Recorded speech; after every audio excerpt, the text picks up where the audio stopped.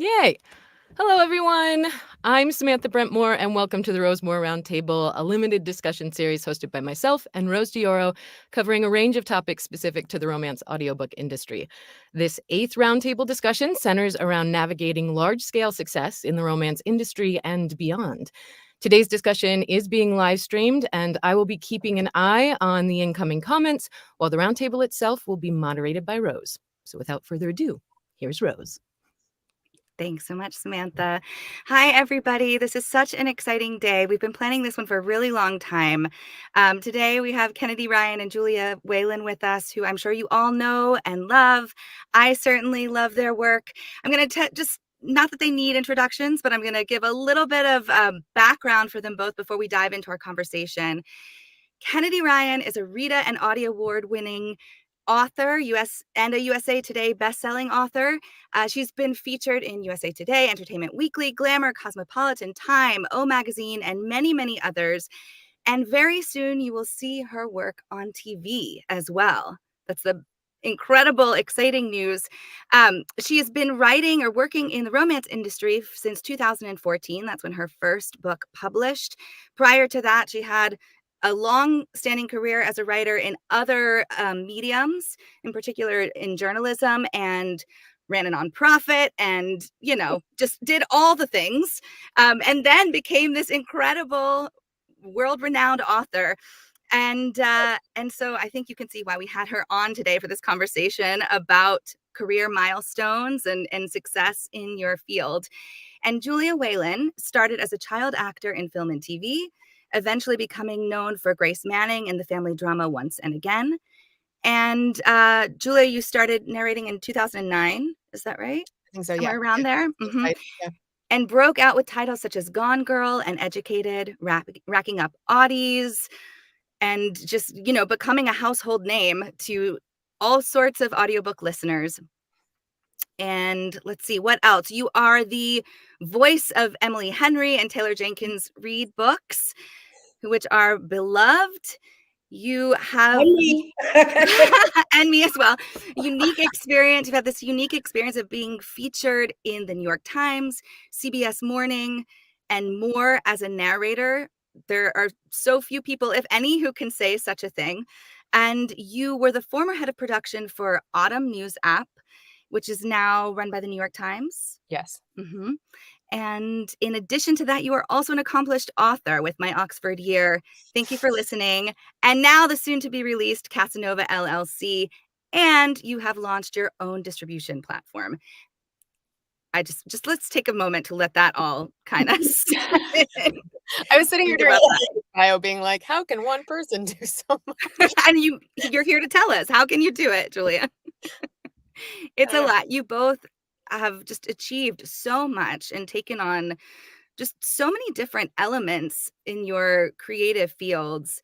And truly, Samantha and I could not think of two better people to have this conversation with today, because you are uniquely positioned in this industry with all that you've done and the vast backgrounds that you have that you bring to the work that you do today. So I'm just so pleased to be able to chat about all of this with you, and grateful that you're here today. So thanks for being here. Thanks for having me. Thank you. I think both Kennedy and I, we were texting being like, did they ask the right people for this? Literally. I was like, Julia, does that say large scale success? Me? Like, we literally were. Yeah. Yeah, I mean, I can understand that feeling, but as an outsider, someone who's not you too, it's so clear to me that the things that you've done are unique, right? Like, they're really, Julia, as I said, I don't know of another narrator that has had a whole feature on a show like CBS Morning, who's been in the New York Times, who's been featured in all of these major publications for narrating audiobooks. It's unusual. And so I don't know who else we would be speaking to. So trust me. I think we came to the right place, whether it feels that way or not. No, yeah. And I'll take one for the team here. Sure. I wasn't confused about Julia. I wasn't confused about Kennedy. That was the joke. I was just like, I mean, I'm the one who always has to remind her. We have this thing. I'm like, you're Kennedy effing Ryan. Like, come on. Like, that's the way I feel about her. But yeah. Well, I can just sit here and fangirl over both of you so you don't have to do it for one another. So let's jump in. We just heard about your backgrounds and sort of the unique lanes that brought you here. I'm really curious if you've thought at all about how, well, Kennedy, maybe we'll start with you. So your background in journalism, Mhm. I'm curious your thoughts about how you got to where you are and where in terms of like starting from there and Mhm. now writing in romance and being known for that. What was the path? What and also how does that show up? Does that background show up in your work still today? It definitely does. I think the path was one that I didn't anticipate. I started writing like for my city newspaper when I was 17. Like, I don't even know if it was Mhm. legal. I always thought, and I always thought I was going to be this journalist who was like in a war torn country, and then I end up writing romance. I just, went to school for journalism, focused on public relations, freelancing, lots of like real people pieces. And I was doing that. My son was diagnosed with autism. I talk about this a lot. He was diagnosed when he was 2. By the time he was 5, I had started a nonprofit, for serving other families and also really just creating community for my family. So that's what I was doing, and before I knew it, I found myself on CNN talking about autism and, on television and writing about autism and freelance. Everything I was doing was autism and of course raising my son, and that's a joy and a privilege, but so much of my life was all this other stuff. And how like I'm a romance reader first, so I started reading romance when I was like in the 7th grade, and I always loved it. And then, you go to college and you have to read the serious books. So I had put romance down for a long time. But when I was in the midst of navigating some difficult times for my family, being a special needs mom, running a foundation for other special needs families, all of my writing really like went into that autism community space. I found that I needed something that was just mine, Mm-hmm. and it didn't even start with writing. It started with needing an escape and remembering how much I loved reading romance. So I'm in my 30s at that point, and I'm like, I need an escape. So I picked romance back up, which I hadn't since I was, a freshman in college, and fell in love with the genre all over again. And then thought, well, I mean, like, what if I am a writer? Like, what if I gave this a try? And it's a very unusual path in the sense that I joined the Georgia Romance Writers of, like, there's Romance Writers of America, the Georgia chapter. Mm-hmm. Incredibly active, incredibly taught me so much. I learned so much about self-publishing. There were so many amazing authors there. And I was like, I think I want to write a book. I wrote a book, and it used to be this thing where all these, like, they'd have conferences where all these agents and editors would come to these conferences, and you like schedule 15 minutes to pitch them. That's the big thing. And I had written this thing. It was huge. It was a romance novel's what, like 100, maybe 100,000 words. This was like 240,000 words. Okay. They were like, it's a little long, Risky um, trilogy. so, and it ended up being a duet. It really did. But when you talk about the path, I really didn't know anything about publishing or Mm-hmm. that space. And some of the people in the chapter encouraged me just for practice, like, nothing will probably come of it. But when we have this conference and the agents and the editors come down, just for practice, sign up for one editor, one agent, so that you can get, experience pitching this behemoth book that you've written. No one's going to actually want it, but it'll be good practice. And so I sit down with this agent and I'm like, this is about the book. And, da, da, da, da, da. And they had told me if they ask for, they'll either just say thank you, ask for nothing. They'll ask for a partial, which means they're interested, or they'll ask for a full. And if they ask for the full manuscript, they're really interested. And so I'm pitching, no expectations, with this agent. I have one agent and one editor for practice. And the agent goes, oh, I want the full. And I was like, wait, you want the what? I was completely not expecting that. And then I sit down with my one meeting with one editor, and she goes, oh, I want the full. And I was like, but that means you're really like, what? and that ended up being my debut novel. But well, two of them, because it was so long. It was a duet. So I kind of stumbled into it. I didn't have that process where it's like, oh, I have this stack of rejection letters and I'm pitching to agents, and I really didn't have that process. I kind of stumbled into it, which there are advantages, but I was so green, and there was so much that I think going through that kind of more conventional path teaches you about the industry.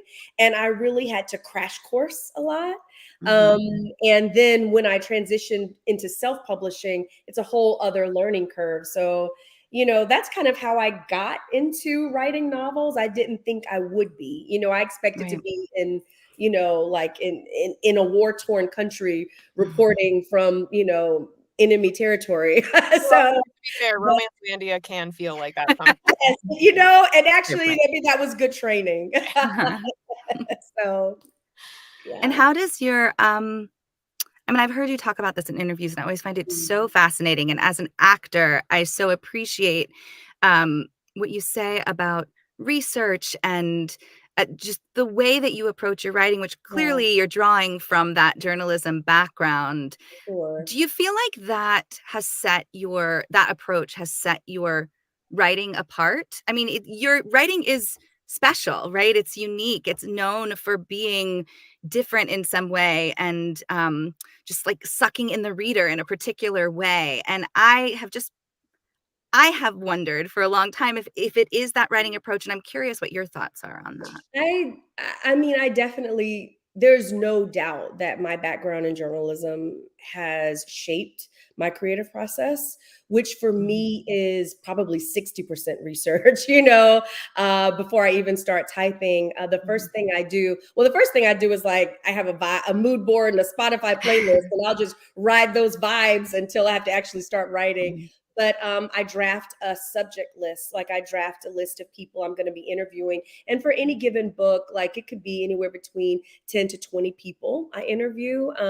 Thank God for Zoom, because now I interview by Zoom so that I can record the interviews. And then I go back before I start writing and I watch all those interviews and I take notes. And I usually have like a stack of books I'm reading, for any book that I'm writing. For me, that is a lot, because I'm usually writing. A big part of why I write things is intellectual curiosity. I think I'm like, do I want to immerse myself so deeply in this? I want to be curious about it. And if I'm curious about it, sometimes it's outside of my lived experience. And if it's outside of my lived experience, then I think it's arrogance to assume or to presume that I know it. And so I'm very much talking to people who have lived it. I know what it's like to see your lived experience misrepresented. And I always say that my writing is first Hippocratic, first do no harm. Like, if you tell a fantastic story, but you harm a marginalized group or a vulnerable population, like, I don't want it. And so for me, that is like base. And so that means I end up in a lot of conversations with people who have lived experiences that I haven't. And then that next step, which is kind of beyond just journalism, is sensitivity readers. And usually for the book that I just finished, I had 8 sensitivity readers, across various stages of research, because you have these buckets of research. I had autistic characters, which of course I'm an autistic mom, but I wanted to have conversations with actually autistic people. I hired an actually autistic editor in addition to, my regular editor. And then my heroine is Afro-Latina. I got the Afro part, but I'm not Puerto Rican. And so I had a bucket of Puerto Rican sensitivity readers. So, it's like, maybe I overdo it, maybe I overcompensate, but I'd rather do that than do harm. Or to flatten out an experience that should be dimensional and should be ascribed dignity. And so those conversations, those interviews, the research, it's bedrock for my creative process. And it's also insurance for me as a writer, because if I am passionate enough about a story that I want to deploy it into the world, I don't want people distracted by misrepresentations. That's not the point of the story. So I may as well try to get all of that out of the way so they can just appreciate what the story is there to do. Yeah. And I don't know if you remember this, but when we first met, I started just like bawling because I was talking about how the Jewish representation that you've had Yeah. in your In books. Freeman, maybe Yes, you took this with me. yes, which Yeah, I have never seen in yes, romance ever, and I know it's out there, but I had never read it. It was my first yes, experience with it, and that was one of the first times I got to hear a little bit about what you're describing now with the sensitivity readers. And so I can say from personal experience just um how impactful that is as from the reader's yeah, perspective. At yeah. least for me it was. So yeah, Thank I think you've answered my question and all the you. reasons why these extra steps that you take really Mhm. set your writing apart.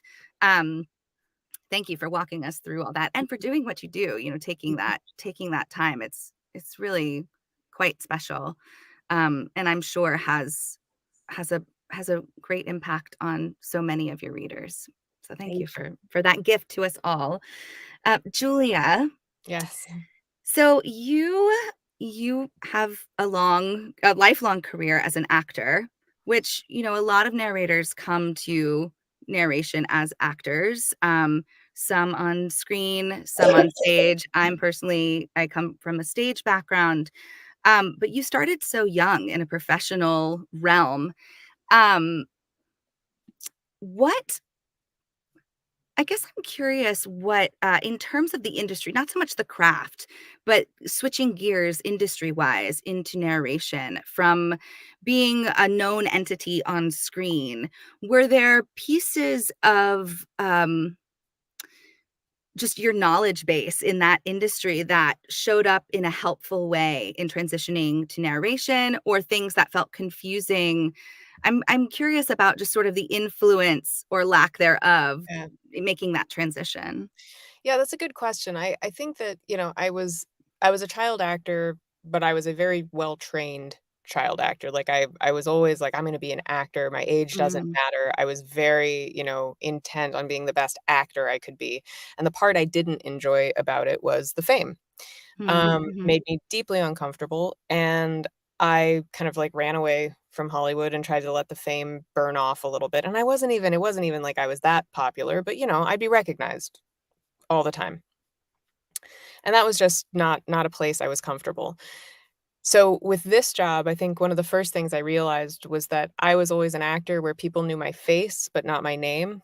And then mhm, I got into this and people knew my name and not my face. mhm, And that turning point was that was the drug. Like that was the high where I was like, "Oh, I can do this and be pretty much completely anonymous. And mhm, this is so great." Um, and I think that the skill set I had as an actor definitely translated. I mean, emotional accessibility, any type of character work, or the vocal training, extensive vocal training, sure. and that obviously for the marathon that is this job is Mhm, incredibly important without even getting into, character voices and accents and accessibility and that. I mean, just the not how to ruin your voice is an important part of this job. Um, but there are certain things, the learning curve, and, when I started doing this, there wasn't really. Now I think there's coaches and there's classes, and, like, at the time, that didn't really exist. You just kind of had to yeah, learn by doing. And what would happen is I would do something in the booth, I would really feel good about it, and then I would listen back and realize that I wouldn't hear what I had been trying to do. And a lot of that came from, first of all, being able to use your body and not being able to use it in the booth, not being able to make noise or move mhm, away from the mic. And part of it was the fact that you're used to, as an actor, conveying something with your eyes. So you can say something very cynically or very dry, but you just blink on it, or you have a smile and it reads. And then I would listen back and just be like, that just sounded like I was saying that statement in total earnest, good faith. Like I did not get the cynicism, or I did not get the wryness. And so learning how, when you don't have your whole tool set at your disposal, how you compensate for that vocally. And the big part of this to me is like what I did is kind of like losing one sense but gaining another, mhm, because I had come out of Hollywood and I was, I'd spent so much of my life reading scripts. but I knew I wanted to write. And so when I got to college and I was in a writing program and I was reading a ton, the thing that I came to this job with was I had an acting background and a skill set that maybe I couldn't use the full array of them in this job. But then I had this new set of skills, which was analysis and the writing part of me, and like being able to take a text on from that more like analytical English nerd place. Mm-hmm.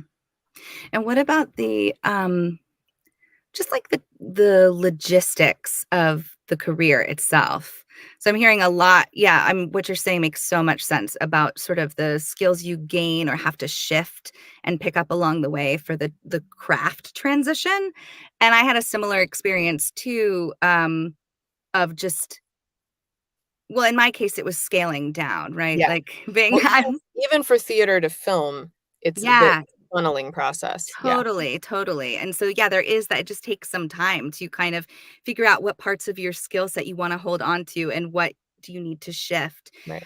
But I'm also curious for you. I mean, what you're saying about the the fame of it, the facial recognition that people have and being stopped on the street and all of that. Although now I wonder if you're getting more of that again because you are much more present, for in all the ways that we talked about before. Still not compared to It's like not. that bar is Mhm. so high. I don't think I'll ever Yeah. do that. I mean, Kennedy, do you get recognized? I mean, not on a sometimes, but not on a wide scale. Like I'm not famous like that. What's one of the funny things is I was in Atlanta. I don't live in Atlanta anymore, but I was at a stoplight and looking a hot mess too, I might add. And somebody like honks their horn beside me, and I look over. She goes, "Kennedy Ryan." I was like, "Oh my gosh." No pictures, please. No pictures. Yes. And a few times in the airport, but usually it's when you have these big conferences and Yeah. everybody's in town. That's, when it happens to Yeah. be more so than just like, that kind I of still thing. haven't no one has recognized my face. I think there've been a few people who have seen like a name on a credit card or something and been like, "Wait a minute."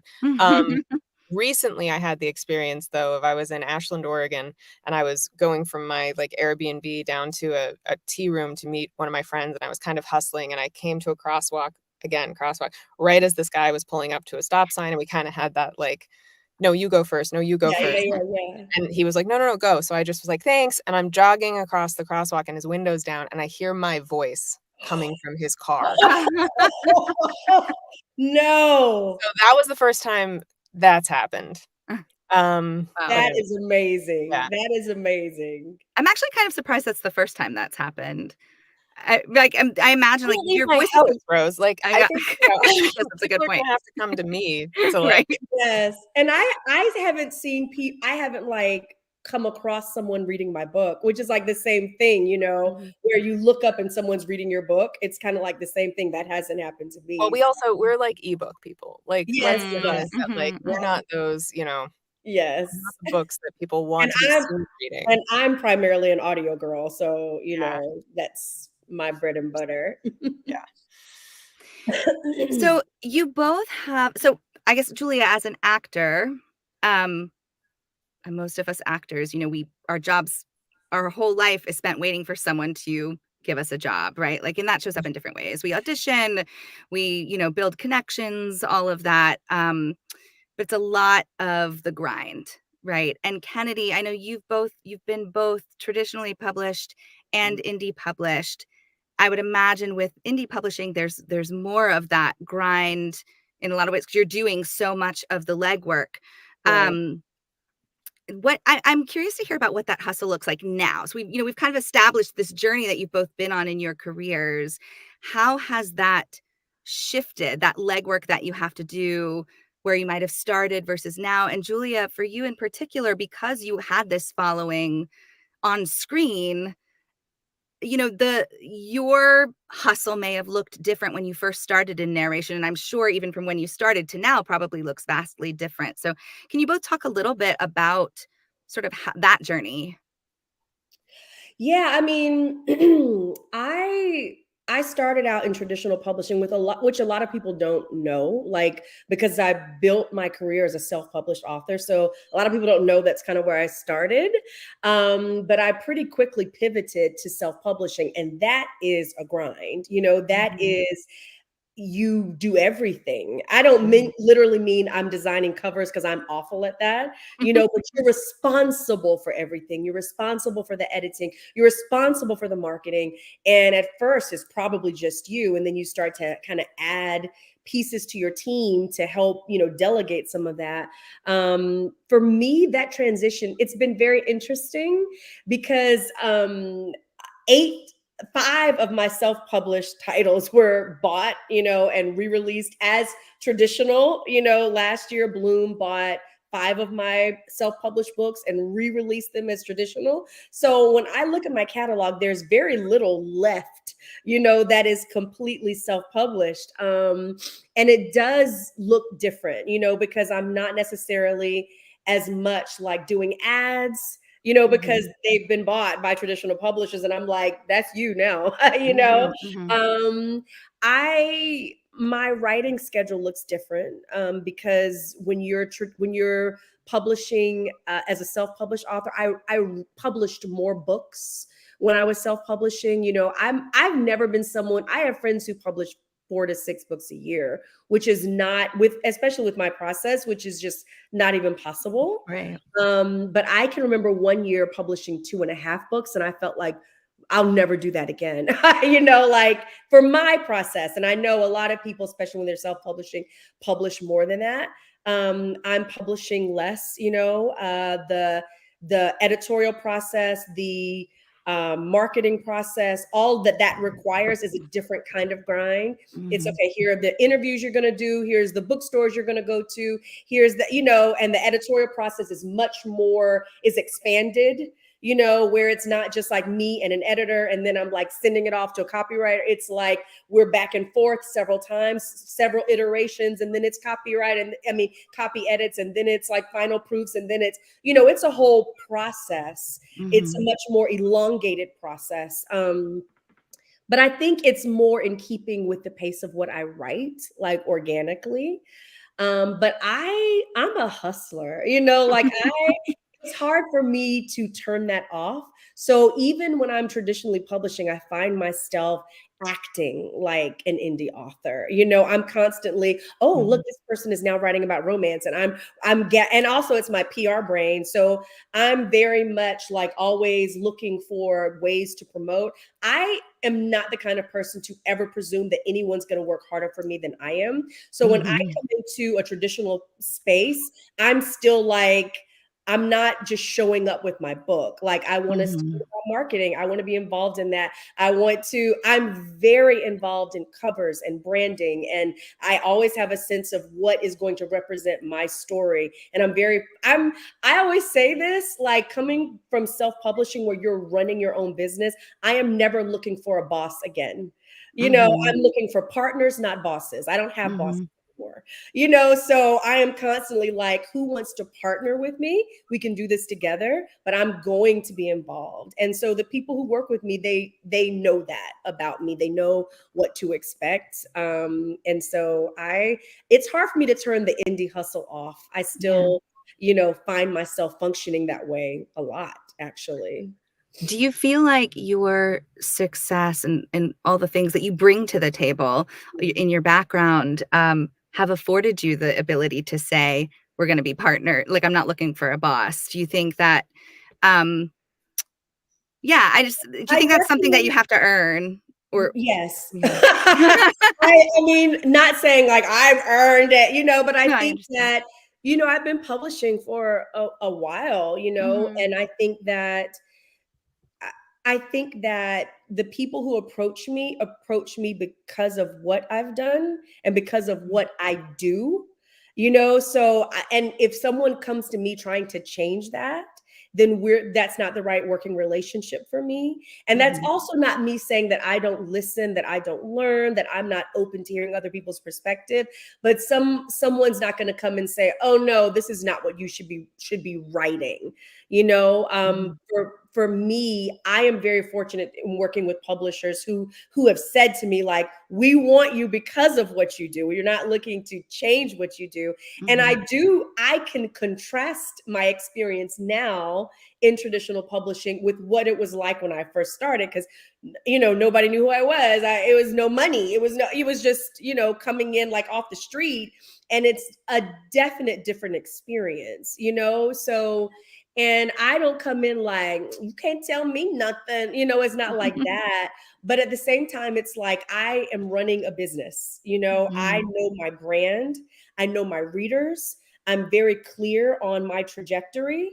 And for me, like some people, their brand is like small town, or your sports or your whatever. My brand is my writing. Do you know what I mean? Like, you're not going to look at my catalog and say, Kennedy writes sports, or Kennedy writes politics, or Kennedy writes whatever. Like, that's not how you categorize me. The creative conviction behind my writing is my brand. When you read my stories, those stories are coming from a place of conviction. And I'm not going to be involved with anyone who's going to tamper with that. Yeah. Wow. I feel like I just want to process everything you just said. It's so juicy. There's so much in there. That's why she's Kennedy effing Ryan. That's right. Julia effing Whelan. No, that's why, man, because this is why I think I so respect her and why I look up to her, because it is someone who has made a space for themselves in indie by just being the writer she is. Yeah. Not by like chasing a trend or doing, there's nothing wrong with that. And those are also writers who know what they're doing and run their business like a business. And I so respect that. But Kennedy came in and said, I think I can do it better myself. And she did it. And now it's a question of, I only want to partner with people who add something to that, not, challenge it. And I just think that's awesome. And I'm blessed to have, like, I don't want to come off as like I'm the boss, but you're not.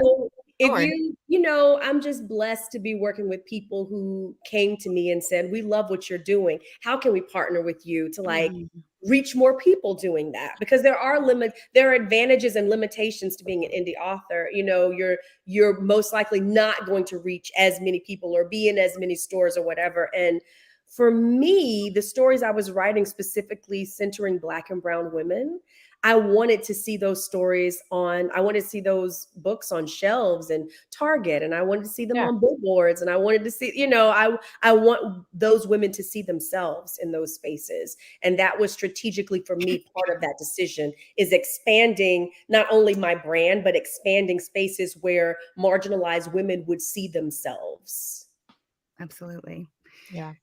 Julia, I feel like you have done, you also seem to have at this point now positioned yourself so that you can create things that you want to see come to fruition.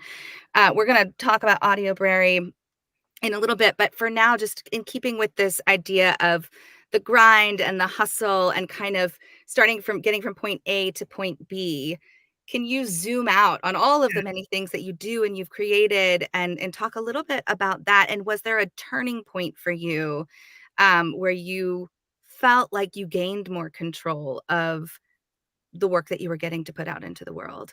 Yeah, I know I've been reflecting on this, that I think for me, as someone who started so young and has made a living in the arts, but the business of the arts for my whole life, I know when I reach the end of something. Like, I know when, either for my own personal reasons, when I'm like, I'm done with this, I'm bored by it, or I can't keep participating in this system. Like, I could feel that sort of happening, because I did this with Hollywood, where I was like, I don't want to do on camera anymore. I don't want to be a part of this system. Along with, as audio became, I was there at I got in at like the right time. I was given the right opportunity. I made the most of it, but it wasn't intentionally making the most of it. I was never consciously building a brand or anything like that. But as the industry exploded around me, and as audiobooks became huge, I saw all the ways that the industry itself was not acknowledging that. They were just kind of keeping it like, don't look at how much money we're making, Mhm. right? Just you just keep doing what you do, and we'll just keep paying you what we pay you. And I reached a point where I just hit a wall with how unfair certain parts of this industry are, specifically that narrators don't get royalties in traditional. And that makes no sense for me coming from an actor background. Like the thought that I would not get, like, I get residuals for TV movies I did when I was 12. Like, what are you talking about? Are you kidding me? Mm. And being in publishing, which is, part of based on a royalty model, it just made zero sense to me that we were not part of this thing we'd helped build. And what had occurred to me over this time, that was only a view I was able to have of this industry when I had the privilege to be able to step back from it a little bit. Mm. So much of audiobook narration, because it is so poorly compensated, is just about volume. And when you are living in the booth, you do not have the time to see the forest for the trees. And the slow process of writing 2 novels, having passive money coming in from those books now, having the time I spent at Autumn just being able to get my head above water a little bit, where I could pull back and I wasn't recording 70 books a year anymore, Mm, mhm. gave me the ability to look at this and go, "This is unsustainable. This will not work." And to your point about I can't delegate to save my life. Like, there are things I know I can't do. I should not be doing audio editing, so I don't. I should not be doing graphic design, so I don't. Those are things that I can, but in terms of, like, my day-to-day life, I wouldn't even know where to begin to have an assistant. Wouldn't Mhm. even know what to tell them. Like, to me, that would just be more work explaining to them how to how to do it, right? Yeah. So, I, but I subscribe to, and this is just from, again, my experience in multiple industries now at this point over my life. Mark Duplass has that great speech, which I think was a commencement speech, where he was talking about in indie filmmaking, you're always waiting for that next meeting. You're waiting to be discovered. You've got this guy comes in and says, I really like what you do. And the whole point of his speech, the line he keeps returning to is the cavalry is not coming. You keep thinking, okay, now I've reached this point where someone will come in and help me, will take this burden and like make this happen. The cavalry's not coming.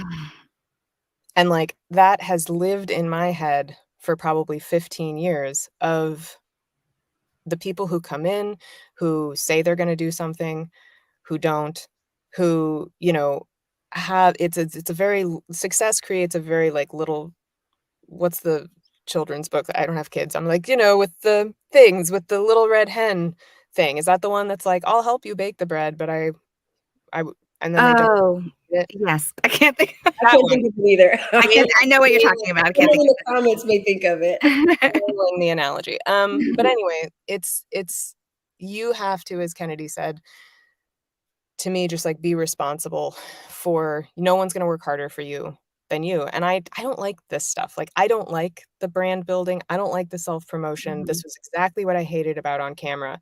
But at the same time, someone once said to me when I was on camera and someone gave me like an upgrade to a hotel room that I would have never gotten unless I had been famous. And I said, I don't like that feeling of like it, using it. And he just said, why not? It uses you every day. Mm.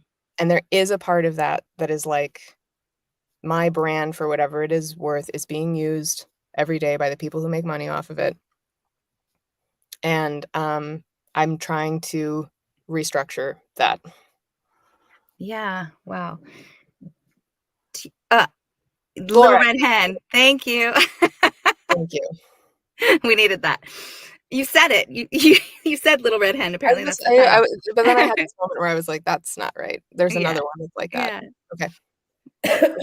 Archetypal story, I suppose.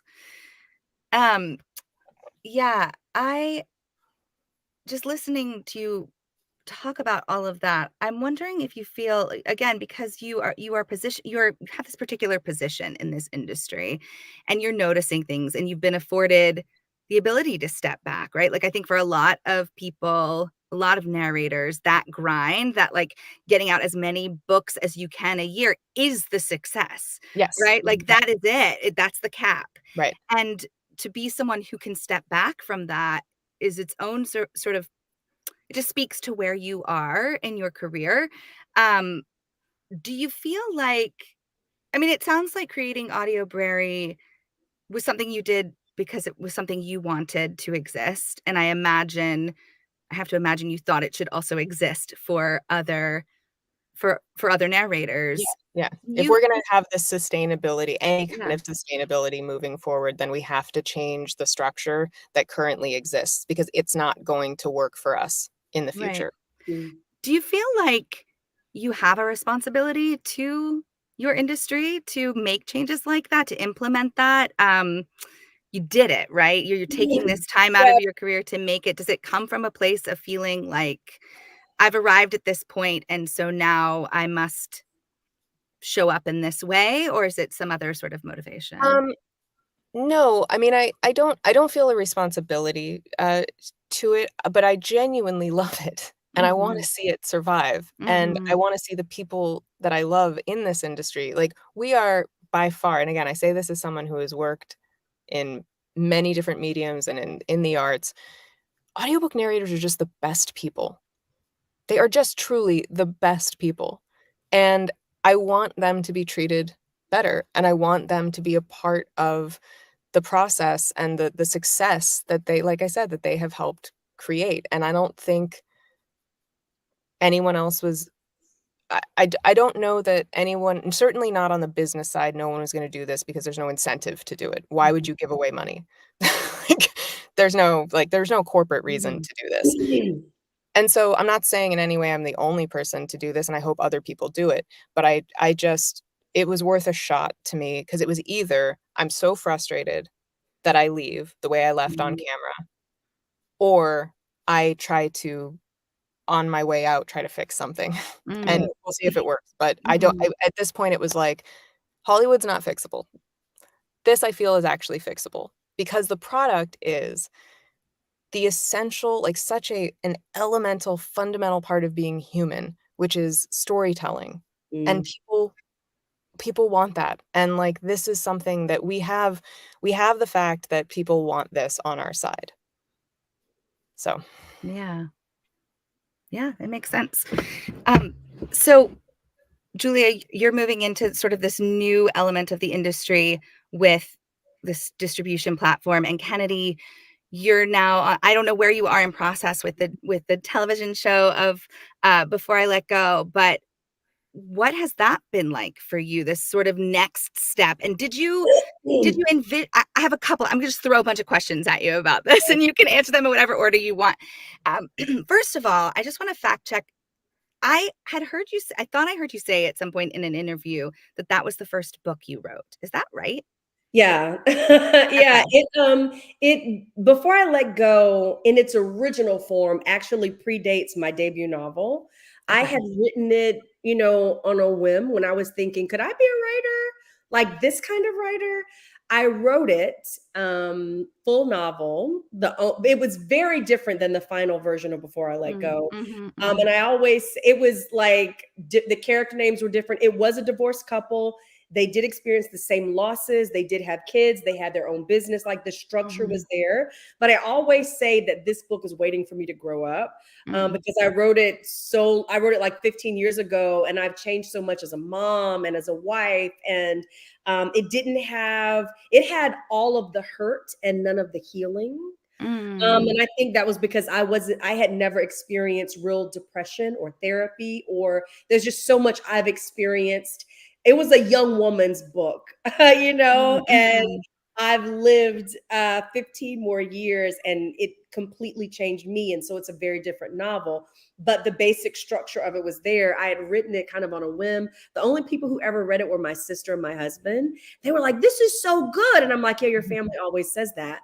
And then when I won the Rita, for Long Shot, which was self-published, which I'm very proud of, the fact that it won as a self-published novel. traditional publishers started coming to me, you know, and they Mhm. approached me about, we want you to come back to traditional publishing now. And I really didn't do anything with that for like maybe 2 years. I really just was like, no, I'm good, you know, where I am.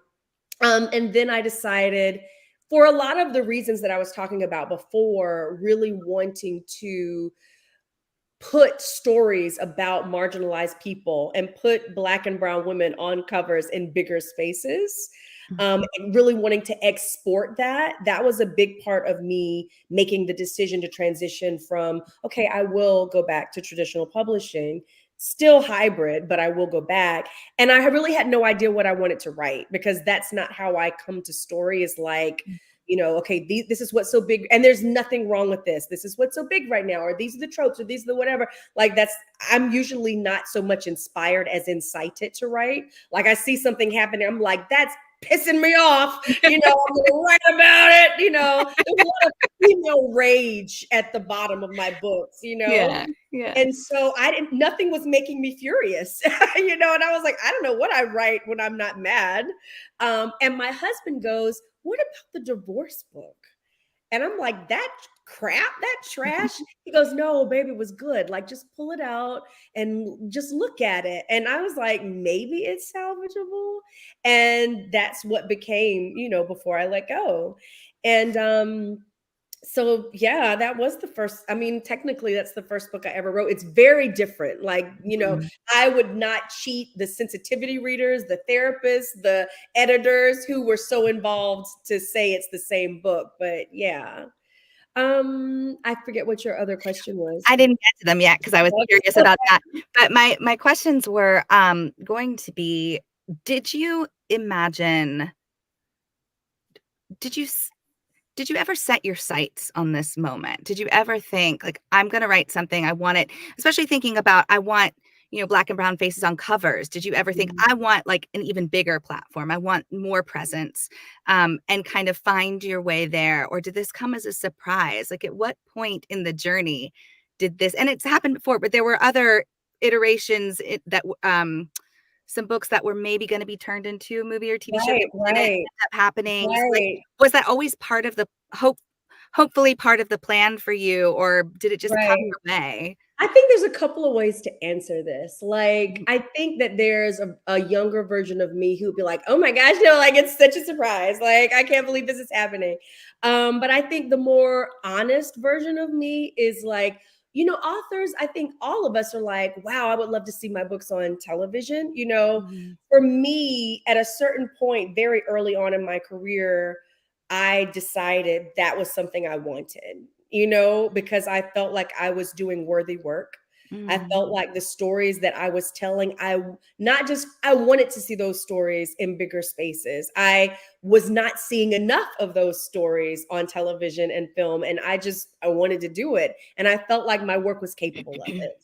Sometimes I think we as women like shy away from those things because it sounds like ambition, which feels like kind of a dirty word, you know. But for me, I can say that that has been the trajectory that I've, since very early on in my career, have seen for myself, to the point that when I encountered someone on my team, and this is going to sound bad, but when I would encounter people like around me on my team who didn't see that, I would fire them.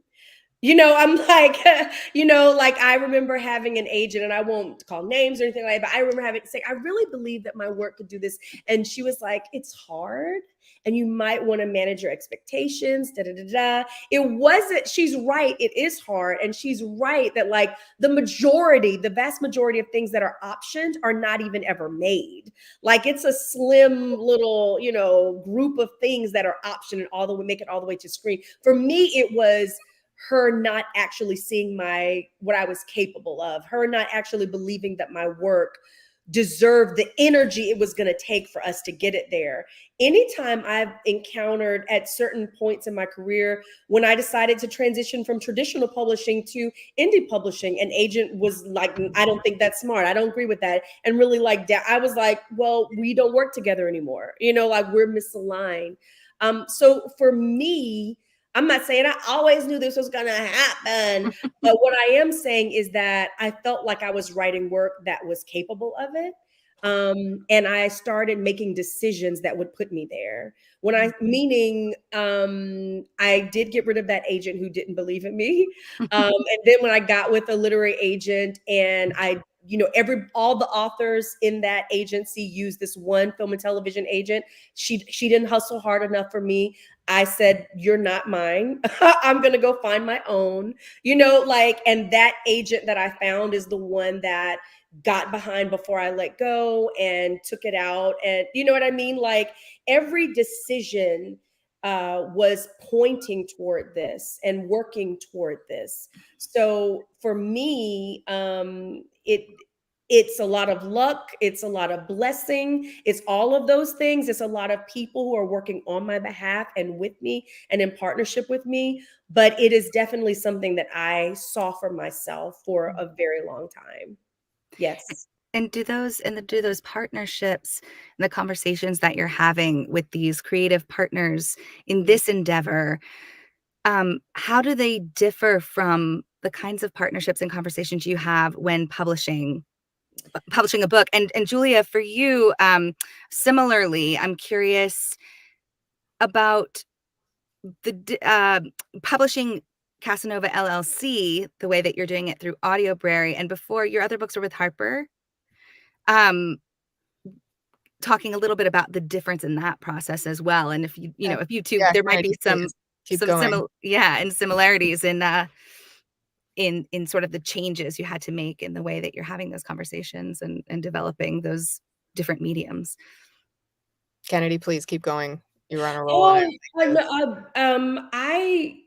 I am coming into television not like Julia, knowing very little. So I am not someone who's going to barge in like, you gotta be. I'm very fortunate that my book went into like an 8-way auction, so it was like it was very competitive. So there were a lot of studios, production companies that wanted the book and that gave us leverage.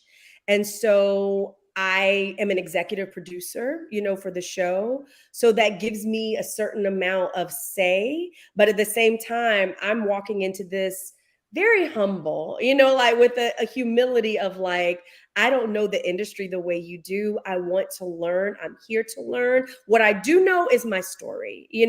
What I do know is what readers have responded to.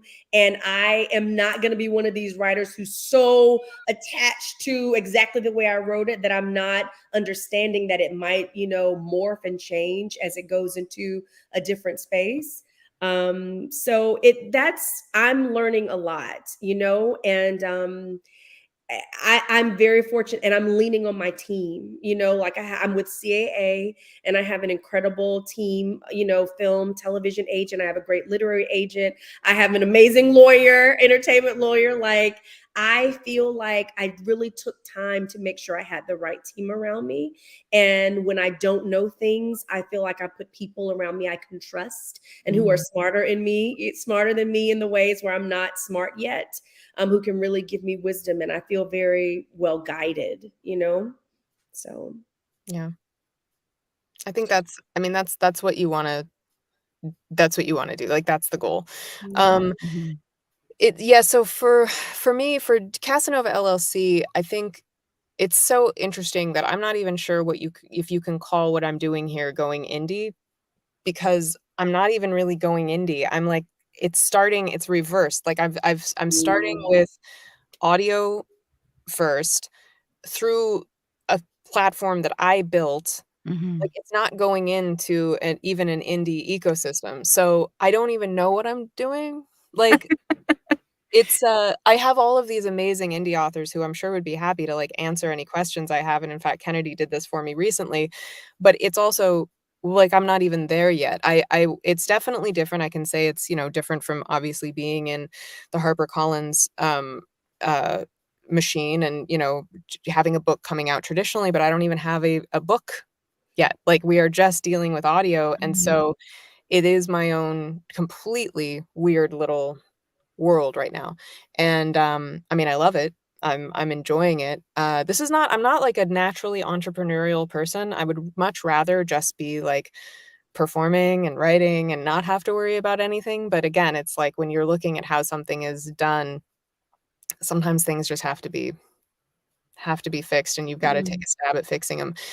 But I'm enjoying it. I really am. Like, I'm enjoying having instant data. You know, a pre-order comes in and I'm like, that happened. I saw that happen, as opposed to like, well, in 6 months we'll find out, what that if that day meant anything. So yeah, I mean, it's been educational. It's also hasn't been terribly surprising. Like, I think I had enough of a good understanding of how this was gonna go, that I'm like, yeah, that's about what I turns out I knew enough to be pretty much correct in my assumptions, but we'll see. Hmm. Yeah, I mean, anything, anytime you're starting something brand new or, inventing something from the ground up, Inventing, yeah, Julia. that's what you're doing. The answer to that question is you're Trailblazing. inventing. And I did this. I worked at a startup and was like, absolutely never again. Absolutely not. What was I? But again, but it's that thing of when you're tired of asking other people Yeah. to do the right thing or to fix something that they have no incentive to fix, and it's worth a shot. Like I said, it's worth a shot. But Yeah. yeah. That makes me wonder, and thank you for listening. A big part of the story is about AI looming Yeah. over audiobooks. And obviously that's very real. That's happening right now. So that's a really hot topic in our community. And I imagine you've had to navigate. I know I've had to navigate that as an actor. I imagine you have as well. And Kennedy, I don't know if that's come up for you with audiobooks, if you're feeling any of that heat rising in the industry. But for you, Julia, in building this platform, which is putting more um, power for putting more power into the hands of narrators. How does that factor in? How does the big bad Yeah, AI well, monster factor what's into funny all is of when I was writing, thank you for listening, I was like, I need to address this, but I also knew that this was a moving target.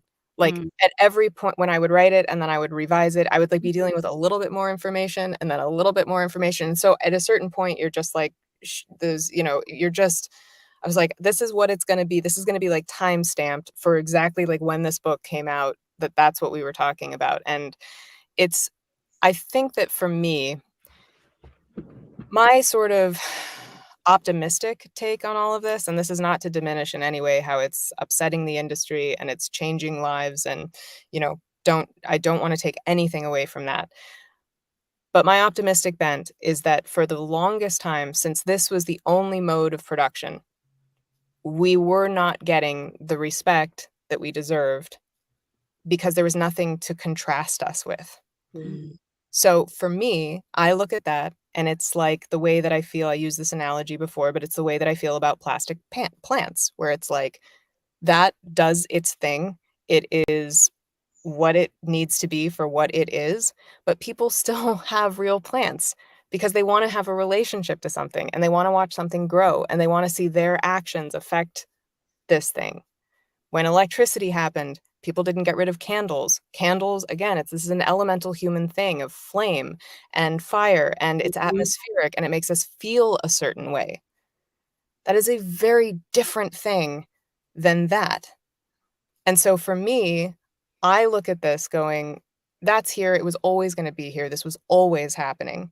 As much as narrators might want to scream about it, I mean, this is the mines closing, this is the factories, like, I get it. It is incredibly disruptive, but the people that are going to determine the future of this are not the narrators, it's the authors, it's the consumers. And that's the big X factor in all of this is, are the consumers, what do the consumers want? Right. I'm betting on the fact that they still want human storytellers. Mm. And to me, I have this, my feeling about it is, if the entire industry is restructuring, if it's burning to the ground a little bit, let's rebuild it in the image we want to see that is sustainable for us moving forward. This is actually an opportunity, the way these things are. And I get that it's scary and I get that it's existential. And again, this is only coming from the fact that I have the privilege to step back and I'm not trying to do 70 books a year to pay the bills anymore. Right. So I get it. I'm in a very different position, but I look at this going, where do we want to be in 5 years? Yeah. Yeah. But, it's authors are going to be dealing with the same thing, Yeah, I mean, I think I think I don't think I've thought about AI very much. I didn't get it. Like I didn't understand the threat that it was, and I didn't understand that they were using our work to train AI, Right. which was very disturbing, that was happening and we didn't even know it. There's so much that's disturbing about it, but I think you're right, Julia, in that I'm always going to want a human voice. We can't control it. We have I have a very specific perspective on it. We can't control it, but I think that you can just continue to be excellent in what you do. And that's what you're doing. That's what other. Creating a contrast. Like I said, Yeah. this is to be combative is, Yeah. there's a performative aspect to it as well, and like whatever. And there is, but I, it's here. Yeah. It's here. Yeah. So the question is, how are you going to use it to differentiate yourself? Right. And for narrators, I think we're threatened by this thing that Yeah. is frankly just a voice. Like that's not our job. Our job is to bring emotional connectivity to what Yeah. we do. It's the fact that we read it ahead. It's the fact that we know what we're saying. Yes. Yes. Mhm. That is, and that's what I'm saying is like, hopefully it's actually serving as a contrast to Yes. what we do, and that they are two different products in my mind. Yeah. And the same way that there will be AI author farms that there already is, that just like are churning Yeah. stuff out, and people will read it and just be like, yeah, that was okay. Yeah. But it's never going to be Kennedy Ryan's voice. It Like, sounds like you're describing sort of parallel industries rather than AI yes. is coming in and infiltrating this one. And like Right. I said, it is because this is an existential, like I said, I don't want to Yeah. diminish the fact that this is going to change the industry, but this industry has had, like any industry, has had moments of change throughout it. There have been inflection points throughout it when we stopped cutting tape and went to digital, when Audible boomed in 2012 and a bunch of people came into the industry, and when it boomed again in 2020. And it's always going to be reshaping. And again, not to diminish the existential threat of people's livelihoods and how that's gonna change, but it is a parallel thing to me. I think that's right, Rose. That's how I feel about it. And God forbid we start trying to compete with it, Yeah. to say, "Well, I'll lower my rates," or whatever, to be No. be able Yeah. to get a human Yeah. for Mhm. that. No, it should be valued even more, I would think, That's right? what I'm hoping.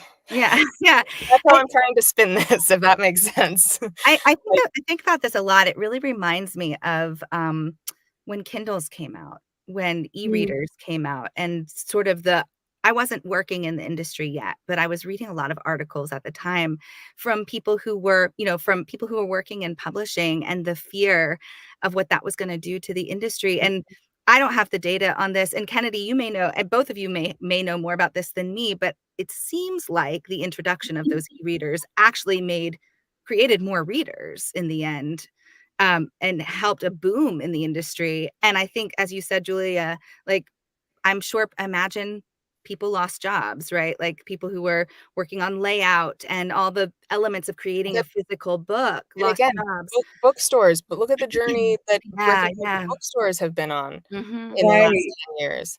I mhm, mean, this is where, again, I think because I've worked in the arts for so long, and like what I do, the job is art, but we're in business. Yeah. mhm, Yeah. mhm.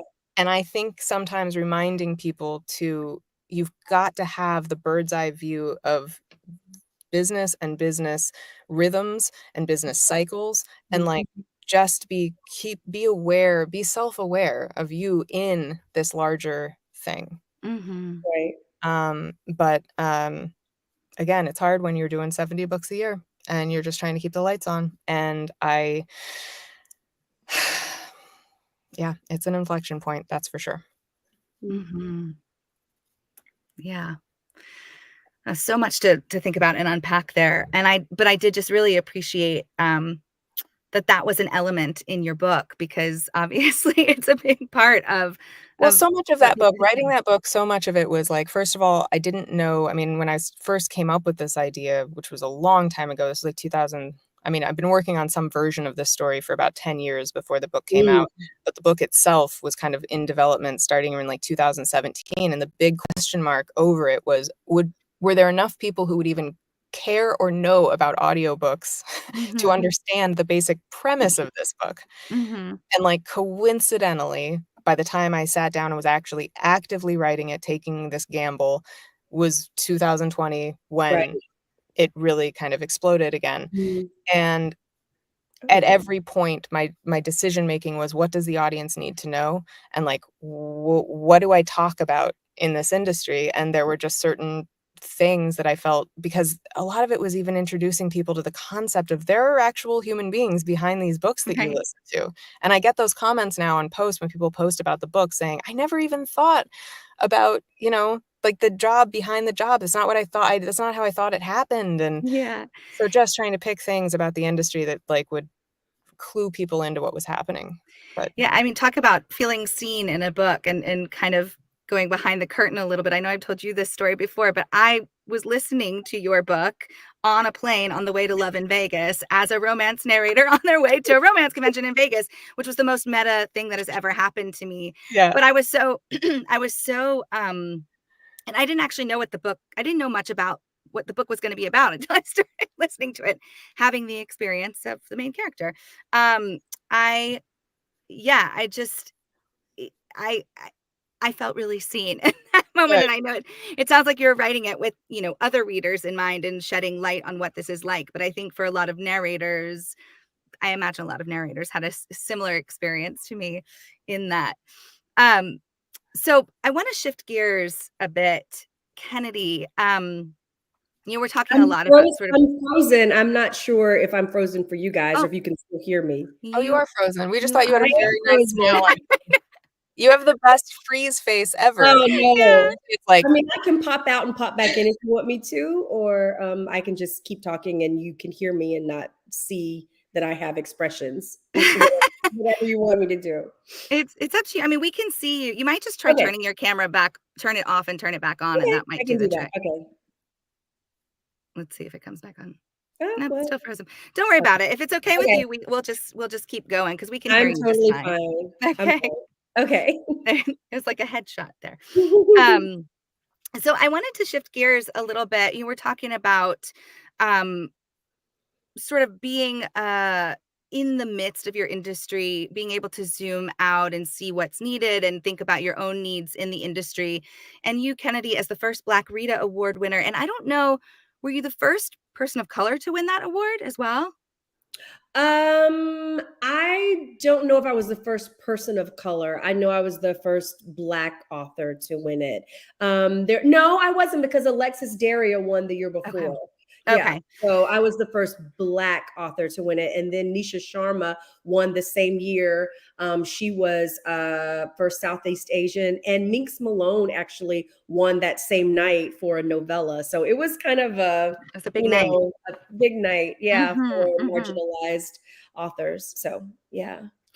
Um, so that's a big deal. And also sort of not on the flip side, but in another way, you had your book Real won an Audie and had done some really, I would say, groundbreaking things in it with original songs, and just the way that that was produced was so new and different. Um, do you feel like these, I don't want to say trend setting, but these accomplishments, these things that are new and different in the industry, a similar question to what I asked Julia earlier in our conversation, do you feel like they have put you in a particular position where you have a responsibility to your readers, to your industry, in particular that Rita Award and being the first Black Rita Award winner, has that had an impact on what you decided to do after that, and the choices that you make in your writing? And I'm going to throw another additional question in here, that's related as well. There was a recent Kirkus Review article that came out written by Jennifer Prokop, who was another guest on the roundtable about expanding the genre of romance, and you were a part of that article, in particular for Before I Let Go, and the fact that it opens with this divorced couple. So these are, a handful of things here that have kind of set you apart in the industry. And I'm wondering, what kind of responsibility, if any, do you feel comes along with that? Do you feel like you have set yourself up as a risk taker in the industry, and do you need to keep up with that at all? I didn't like set out to set myself up, as a risk Mhm. taker. As much as just doing what felt right for me, what felt authentic for me. I've Mhm. always been interested in writing certain stories. And it's interesting because even when I wrote Long Shot, which is the book that won the Rita, my agent at the time I was self-published. My agent at the time was pitching it traditionally. And one of the editors was telling me, well, this isn't romance. No one wants to read this. Romance readers Mhm. won't read this. So for me, it wasn't like I want to be this vanguard kind of, it's just, to me, romance was always capable of so much. You know what I mean? Like for me, the Mhm. way I approach romance, I think, is I want the swoon, I want the spice, I want the happily ever after, but like the way I'm coming into story, I think just kind of automatically might expand some of what people have seen from romance, because I think of romance the way I've said this before, the kind of the way I think about comedy. Like when you're a comedian, especially a good one, especially a satirist, you're coming in, you're funny, the defense is lower, and then all of a sudden it's like bam, this is the thing I really want you thinking about, and you're like laughing, and you're like, wait a minute, hold up, now I'm thinking about social justice, now I'm thinking about how this thing is wrong, now I'm thinking about Mhm. why is the world like this, but I thought I was just here to laugh. And for me, that's how I come into romance. Is you come for the swoon, you come for, I'm drawing you in, but all of the time I have something I want to talk about. I have a grid for why I write the books I do. It's like three things: intellectual curiosity, because I'm curious. And if I'm going to put so much of my life into it, I'm like, I want it to be something I'm actually interested in learning about.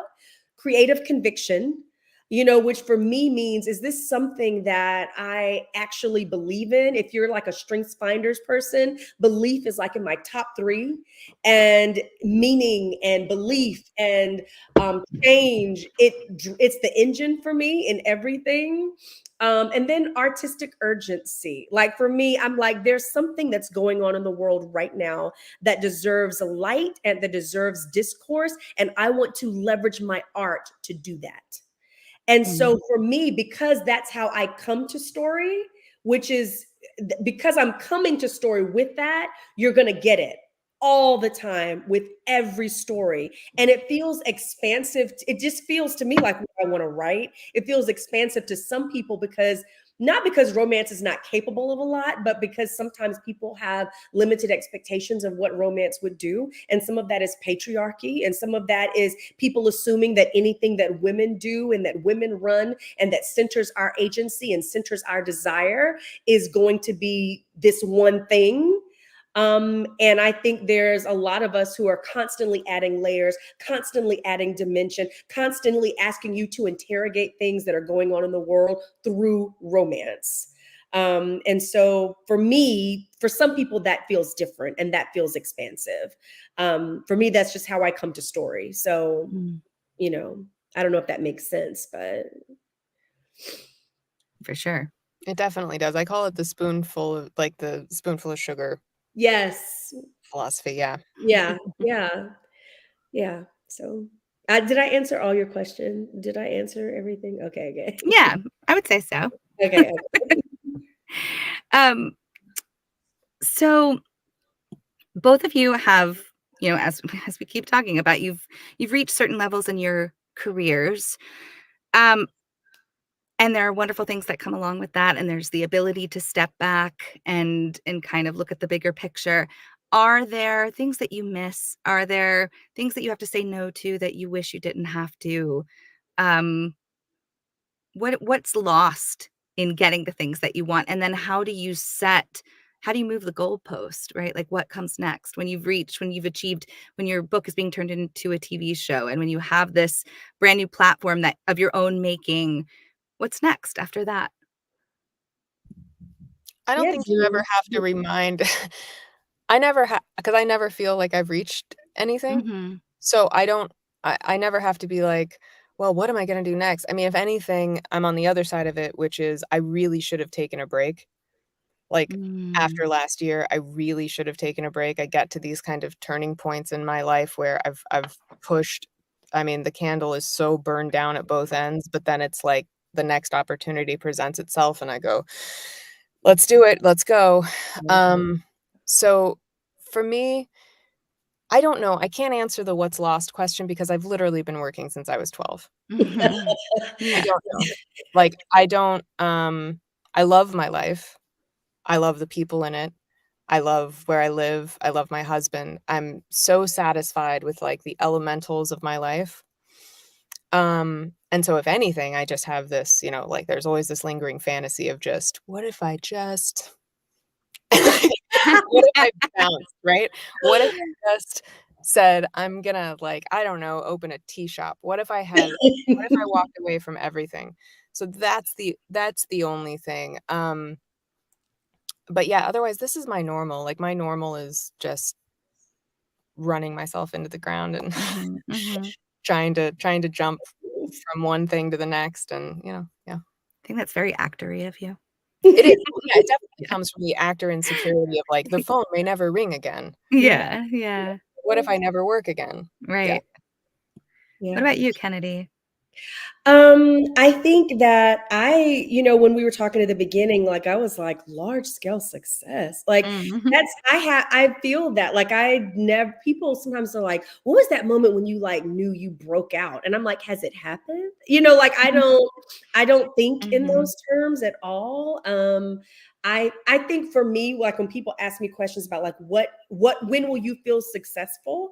Like I felt successful many times because I think I figured out for me what success is, and it's not this thing that moves.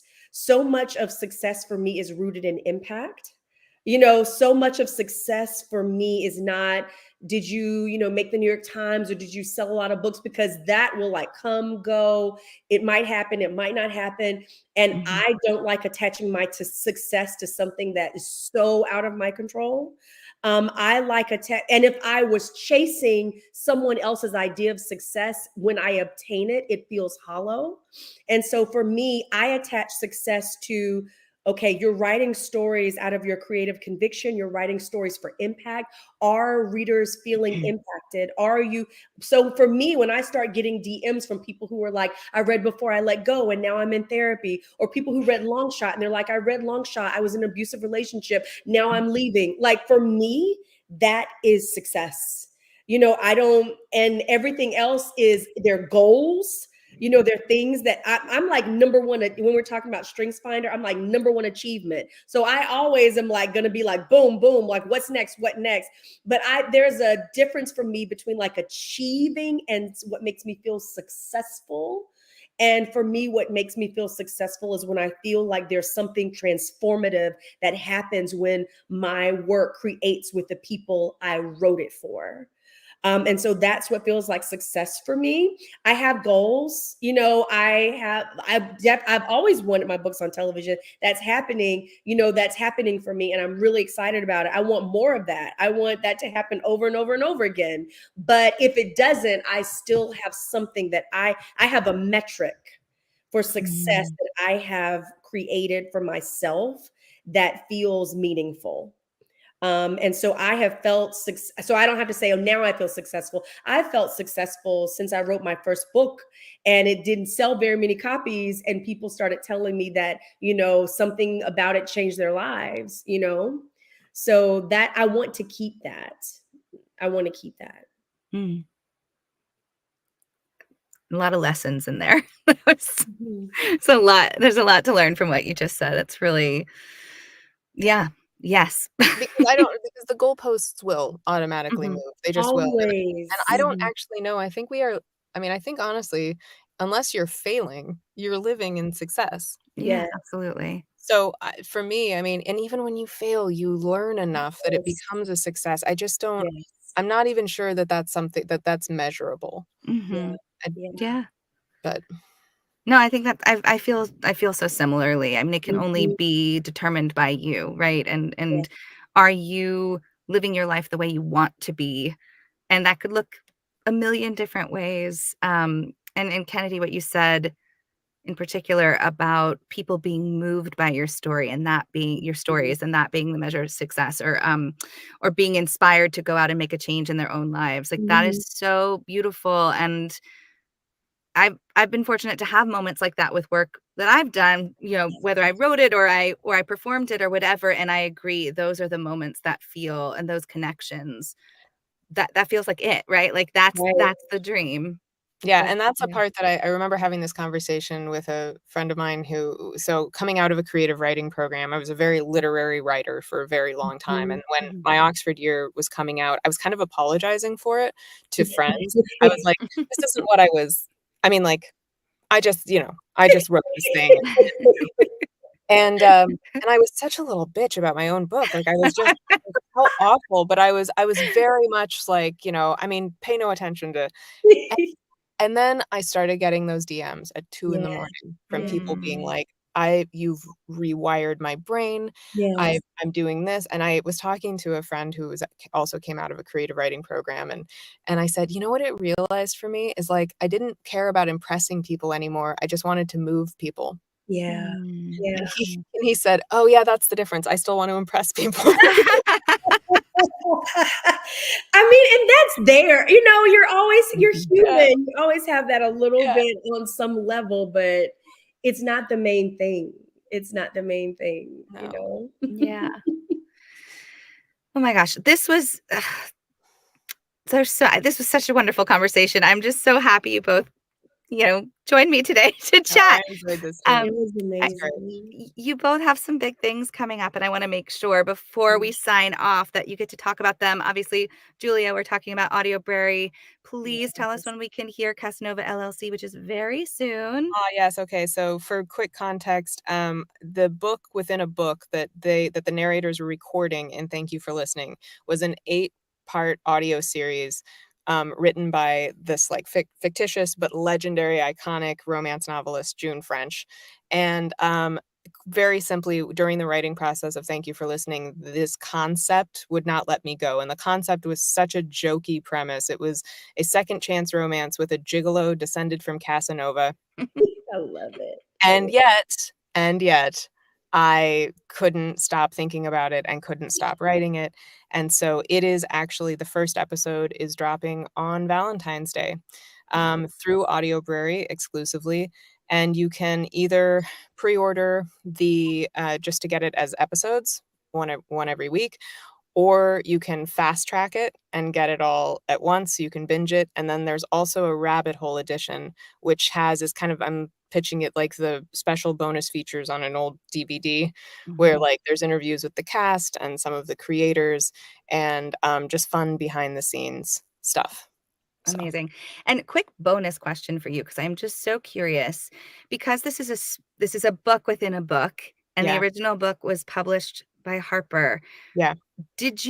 Were there any I mean, obviously it's your stories. What happened with the rights for that? Like, No, how did that work? that's a very good question. Yeah. Because again, I think the screenwriter part of me, when I came up with this ridiculous idea, thought I still knew, even though it was like a joke, I knew it was the most commercial idea I'd ever had, and I didn't know what it was, and I certainly wasn't intending to do anything with it, but on the off chance that I wanted to write a screenplay or something of it later down the road, I carved it out from the Mm, Harper Collins Smart. contract. wow. So yeah, Foresight. Look at the well, foresight. you know, tried. Worked That's out. Yeah, yeah, good thing. Yeah. Wow, that's Mhm. so interesting. Love that. And Kennedy, Mhm. before I ask you to share what's coming up next for you, which is also coming very soon, bonus question for you from our chat. I'm gonna just pull it up.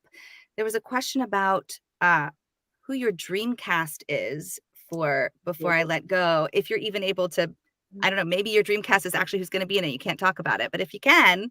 Well, it's so funny because we're at the stage, we got delayed because of the strike, last year, of course. But as soon as the strike was over, we were like right back at it. So we're, finalizing things like showrunners, and we're just starting to work on casting. So I probably will, before it was actually going to be a show, I would always be like, oh my gosh, wouldn't it be fun if this was the person, if this was the person? Mm-hmm. But I don't really say that much publicly anymore because there will actually be a person soon. Oh yeah, that makes sense. And so I've stopped doing that, but I definitely do have a dream cast. And it was surreal for me because last week the producers are, I have just the best set of, it's John Legend. It's Malcolm D. Lee, who's behind the Best Man franchise. It's Deborah Martin Chase, who discovered Anne Hathaway, discovered Blake Lively. Like, she's now a Tony Award-winning producer. It's like God was just like, you get all of this, which is a big part of why we chose them. But it's just a dream group of producers. But we were talking last week about casting, and it's really surreal. It's really surreal to think, oh, like this is actually happening, and it still feels like it won't, until I keep telling my husband, until I'm actually like turning on the television and seeing it, it's not real. So but we are, it's fun to dream about, like, in a real way, not just like, who's your dream cast, but like, do you think that we could get them because I just saw them on this show and I know they're this deal, and but it's fun. It's a lot of fun. That's so exciting. And in the meantime, you have a big release coming up that I know you're traveling all around everywhere to kind of shop around the book and get to have people meet you and sign their books and whatnot. Tell us what's coming for you. Yes. Book 2 of the television thing is actually all 3 of these books. It's Before I Let Go, it's This Could Be Us, and it's book 3. So they've optioned the entire series, and the television show will be based on all of them. Oh, amazing. In however way we formulate that. But This Could Be Us is the second book that's coming out, and it comes out March 5th. And I'm going on tour, and it's going to be a whirlwind, and I'm probably going to hug a lot of people and sign a lot of books and take a lot of pictures. I'm very, very excited about it. So I'm really proud of this book, and it's very different from Before I Let Go for people who read that. And it's really a woman's journey of like reclaiming self. It's so funny because I'm like, this is a romance novel, and yet the woman, like, the biggest relationship in it is her falling in love with herself. And she literally says, what if I was the love of my own life? I'm like, okay.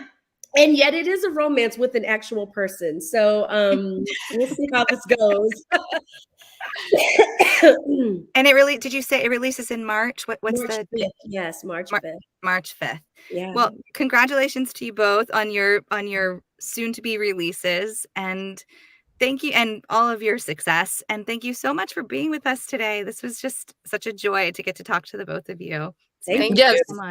I echo it. Thank you both. I think you guys are both just undeniable examples of the importance of authenticity, integrity, and protecting your artistic instincts and advocating for yourself in this industry. And I think it was just so valuable to hear your perspectives on it. It means so much that you spent your time and insights with us. Julia, I'm sorry, I'm going to use your fake plant AI metaphor. Like, everywhere I go is so perfectly said. It was so great. And thank you to all who joined us for the live recording of the Rosemoor Roundtable. If you want to keep up with our guests, you can follow them on Instagram, TikTok, X, and Facebook by searching for Julia Whelan or Kennedy Ryan. For updates straight to your inbox, you can sign up for their newsletters on their websites, kennedyryanwrites.com and jmwhelan.com. If you missed any part of the discussion or want to go back and revisit any portion of the roundtable, it will be up as a podcast on all platforms soon and archived on this YouTube page. Join us back on March 19th at 2 p.m. Eastern, where we will chat with authors C.D. Reese and Kaylee Loring about crafting a story and writing for audio. Subscribe to this page so that you never miss an upcoming episode. Thank you, guys.